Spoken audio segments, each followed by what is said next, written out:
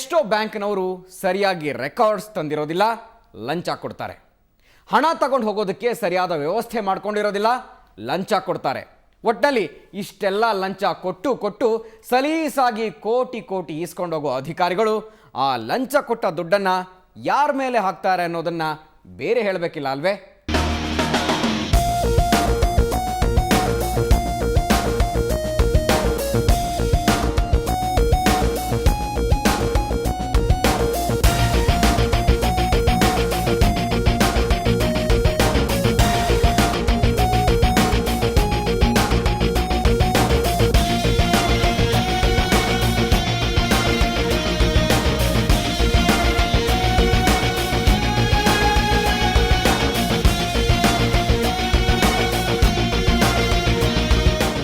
ಲಂಚ ಕೊಡೋದು ತಪ್ಪು, ತಗೊಳ್ಳೋದು ತಪ್ಪು.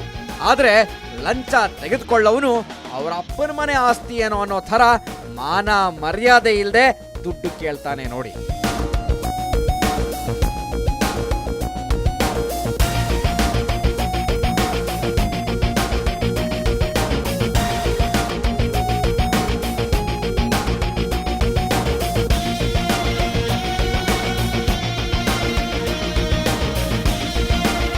ಅದು ಸರಿ, ಇಲ್ಲಿ ಲಂಚಕ್ಕೆ ಅಂತ ಕೊಟ್ಟ ಹಣವನ್ನ ಬ್ಯಾಂಕಿನವರು ಯಾವ ರೀತಿ ಸರಿದೂಗಿಸ್ತಾರೆ ಗೊತ್ತಾ?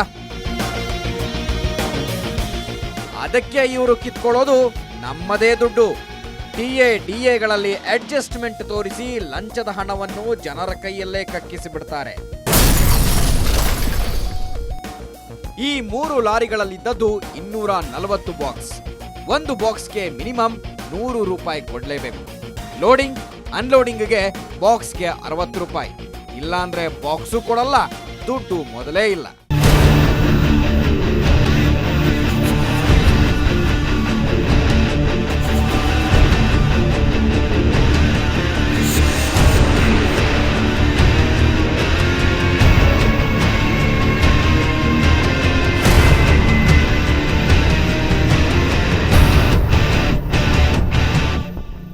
ಚೀಟಿ ವ್ಯವಹಾರದ ರೀತಿ ಇಲ್ಲಿ ದುಡ್ಡು ಕೊಡೋದಕ್ಕೆ ದುಡ್ಡು ಪೀಕ್ತಾರೆ.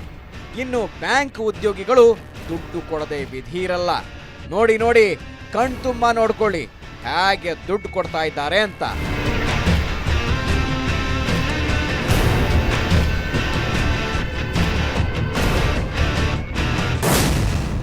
ನಿಮ್ದವರು ನಿಮ್ದು ಇದು ಹುಣಸೂರು ಸ್ಟೇಟ್ ಬ್ಯಾಂಕ್ SBM. ನಿಮ್ದಷ್ಟು ಬಾಕ್ಸ್ ಇದೆ? 5 ಬಾಕ್ಸ್. 500 ರೂಪಾಯಿ ಕೊಡ್ಬೇಕಾ? ಅದೇ ಈಗ 400 ಕೊಡೋದ ಅಂತ ಅಂದ್ರೆ ಇದು ಒಂದು ಬ್ಯಾಂಕ್ ಸ್ಟೋರಿ. ಈಗ ಇನ್ನೊಂದು ಬ್ಯಾಂಕ್ನವನು ಲಂಚ ಕೊಡ್ತಿದ್ದಾನೆ ನೋಡಿ.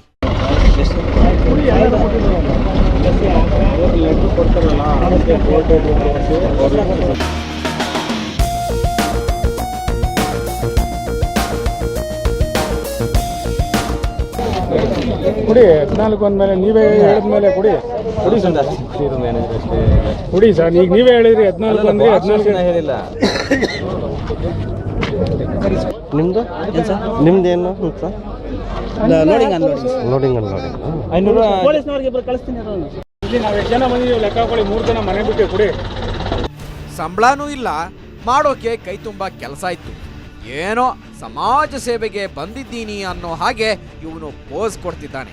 ಪವಿತ್ರವಾದ ಖಾಕಿ ಯೂನಿಫಾರ್ಮ್ ಹಾಕೊಂಡೇ ಇವನು ಇಷ್ಟೆಲ್ಲ ಎಡವಟ್ಟು ಮಾಡ್ತಿದ್ದಾನೆ. ಯಾವನು ಎಷ್ಟೆಷ್ಟು ಕೊಟ್ಟ ಅನ್ನೋದನ್ನ ಇನ್ನೊಬ್ಬ ಅಧಿಕಾರಿ ಬರ್ಕೊಳ್ತಾ ಇದ್ದಾನೆ. ಯಾಕಂದ್ರೆ ಆಮೇಲೆ 666 ಕೋಟಿ ಸಾಗಿಸ್ಕೊಂಡು ಬಂದ 6 ಜನ ಪೊಲೀಸರಿಗೆ ಅವರವರ ಯೋಗ್ಯತೆಗೆ ತಕ್ಕಂತೆ ಬಟವಾಡೆ ಕೊಡಬೇಕಲ್ಲ. ಅದು ACP DCP ಎಲ್ರ ಜೇಬು ಸೇರ್ಬೇಕಲ್ಲ. RBI ದುಡ್ಡನ್ನ ಬ್ಯಾಂಕ್ಗೆ ಕೊಡೋದಕ್ಕೆ ಲಂಚ ಯಾಕೆ ಕೊಡಬೇಕು? ಎಸ್, ಇದು RBIನ ದುಡ್ಡು. ಕೊಡೋದು ಬ್ಯಾಂಕುಗಳಿಗೆ. ಕಾನೂನು ಪ್ರಕಾರವೇ ಸಂದಾಯವಾಗಬೇಕಾದ ಹಣ. ಬ್ಯಾಂಕ್ಗಳೇನು ತಮ್ಮ ವೈಯಕ್ತಿಕ ಲಾಭಕ್ಕಾಗಿ ಹಣ ತೆಗೆದುಕೊಳ್ಳೋದಿಲ್ಲ. ಆದರೂ ಇವರು ದುಡ್ಡು ಕೊಡೋದು ಯಾಕೆ ಗೊತ್ತಾ? ಕಂಟೈನರ್ಗಳಲ್ಲಿ ತೆಗೆದುಕೊಂಡು ಹೋಗಬೇಕು, ಅದು ಇರೋದಿಲ್ಲ. ಅದಕ್ಕಾಗಿಯೇ ಲಂಚ ಕೊಡ್ತೇವೆ.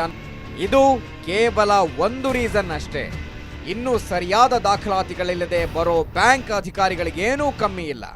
ಹೀಗೆ ಕಂಟೈನರ್ಗಳಿಲ್ಲದೆ, ಸರಿಯಾದ ದಾಖಲಾತಿಗಳಿಲ್ಲದೆ ಸೋಮಾರಿತನ ಮಾಡಿಕೊಂಡು ಬರೋ ಬ್ಯಾಂಕ್ ಪ್ರತಿನಿಧಿಗಳು ಈ ರೀತಿ ಲಂಚ ಕೊಟ್ಟು ತಮ್ಮ ಕೆಲಸ ಮುಗಿಸ್ಕೊಳ್ತಾರೆ. ಹೀಗೆ ಬಟವಾಡೆಯಾದ ಹಣ ಓಪನ್ ಗಾಡಿಯಲ್ಲಿ ರವಾನೆಯಾಗುತ್ತೆ. ಹಾಗೆ ರವಾನೆಯಾಗೋ ಹಣ ಕೋಟಿಗಳ ಲೆಕ್ಕದಲ್ಲಿರುತ್ತೆ. ಅದ್ಯಾವುದೂ ಸಣ್ಣ ಸೆಕ್ಯೂರಿಟಿಯೂ ಇಲ್ಲದೆ ರವಾನೆಯಾಗ್ಬಿಡುತ್ತೆ. ಇದೆಲ್ಲವನ್ನು RBIನ 13 ಅಧಿಕಾರಿಗಳು ಕಣ್ಣಲ್ಲಿ ಕಣ್ಣಿಟ್ಟು ನೋಡಿ ಜೇಬು ತುಂಬಿಕೊಂಡು ಹೋಗ್ತಾರೆ. ಈ ರೀತಿ ಲಂಚ ಕೊಟ್ಟ ಹಣವನ್ನ ಬ್ಯಾಂಕ್ ಅಧಿಕಾರಿಗಳಿಗೆ ಯಾವ ರೀತಿ ಬ್ಯಾಲೆನ್ಸ್ ಮಾಡ್ತಾರೆ, ಅದು ಯಕ್ಷ ಪ್ರಶ್ನೆ. ಫೈನಲಿ ಅವರು ಕತ್ತರಿ ಹಾಕೋದು ಜನಸಾಮಾನ್ಯನ ಜೇಬಿಗೆ ಅನ್ನೋದು ಸೀಕ್ರೆಟ್ ಏನಲ್ಲ ಬಿಡಿ. ಮಿರ್ಜಿ ಸಾಹೇಬ್ರೆ, ನೋಡಿ, ಕಣ್ತುಂಬಾ ನೋಡಿ. ನಿಮ್ಮ ಅಧಿಕಾರಿಗಳ, ನಿಮ್ಮ ಪೊಲೀಸರ ಲಂಚಾವತಾರದ ಕಥೆಯನ್ನ ಕಣ್ತುಂಬಾ ನೋಡಿ ಪಾವನವಾಗಿ. ಈ ಮಾತು ಯಾಕೆ ಹೇಳ್ತಿದ್ದೀವಿ ಗೊತ್ತಾ? ಇದೇ RBIನಲ್ಲಿ ನಡೆಯೋ ಚಿಲ್ಲರೆ ದಂಧೆಯ ಬಗ್ಗೆ ನಮ್ಮ ಸುವರ್ಣ ನ್ಯೂಸ್ನಲ್ಲೇ ವರದಿ ಪ್ರಸಾರವಾಗಿತ್ತು. ಅದನ್ನ ಪೊಲೀಸರ ಗಮನಕ್ಕೂ ತರಲಾಗಿತ್ತು. ಆದರೆ ಅದ್ಯಾವುದಕ್ಕೂ ಪೊಲೀಸರು ಇದುವರೆಗೂ ಕ್ರಮ ಕೈಗೊಂಡಿಲ್ಲ. ಇವತ್ತಿಗೂ ಆ ದಂಧೆ ನಡೀತಾನೇ ಇದೆ. ಈಗ ಇನ್ನೂ ಒಂದು ಹೆಜ್ಜೆ ಮುಂದೆ ಬಂದಿದ್ದೇವೆ. ಪೊಲೀಸರ ಲಂಚಾವತಾರವನ್ನೇ ಬಿಚ್ಚಿಟ್ಟಿದ್ದೇವೆ. ನಿಜವಾಗಲೂ ಆಕ್ಷನ್ ತಗೊಳ್ತೀರಾ? ಜಯಶಂಕರ್, ಮೈಸೂರ್, ಸುವರ್ಣ ನ್ಯೂಸ್. ನೋಡಿದ್ರಲ್ಲ, ಇದನ್ನೆಲ್ಲ ನೋಡ್ತಾ ಇದ್ರೆ RBI ಮಾಡ್ತಾ ಇರೋದೇನು? ಕಳ್ಳ ವ್ಯಾಪಾರ ಮಾಡೋರ ಥರ ಪೊಲೀಸ್ನವರು, ಬ್ಯಾಂಕ್ನವರು ಲಂಚದ ಡೀಲಿಗೆ ಇಳಿದಿರೋದು ಯಾಕೆ? RBIನ ಸೋ ಕಾಲ್ಡ್ ಸೀನಿಯರ್ ಅಧಿಕಾರಿಗಳಿಗೆ ಜ್ಞಾನ ಇಲ್ವಾ? ಪೊಲೀಸ್ ಅಧಿಕಾರಿಗಳಿಗೆ ಏನಾಗಿದೆ? ಇವೆಲ್ಲ ಪ್ರಶ್ನೆಗಳಿಗೆ ಇನ್ನೂ ಉತ್ತರ ಸಿಕ್ಕಿಲ್ಲ. ಇದು ಈ ಹೊತ್ತಿನ ಸುವರ್ಣ ಸ್ಪೆಷಲ್.